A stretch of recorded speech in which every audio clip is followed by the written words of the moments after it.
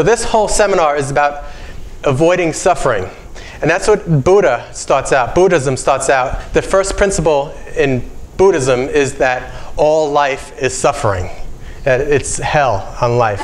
But there's a way out. And Buddha says that Buddhism is your way out of suffering. So I'm here to tell you that all fad diets on the market, all diets out there, most of them are aimless eating. They're not worried about the proteins, carbohydrates, and fats you eat at every meal, which is the most important thing to focus on and remember. The suffering that people impose on themselves by following the wrong diet, one is weight gain. Because by having too many carbohydrates at once, you stimulate insulin and you store fat. And this is all well known in biochemistry books. Insulin, carbohydrates, insulin, fat storage.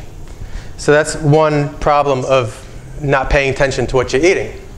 Another one is feeling hungry, which is the biggest form of suffering around. You know, you're chasing meals. You know how people live? If I'm not eating strict, I'm chasing the next meal. I'm always looking at my watch. I'm hungry. I don't want to be here. I'm miserable. I could never work when I'm hungry because your mind is always hungry. You're miserable. You don't want to be in a meeting being productive.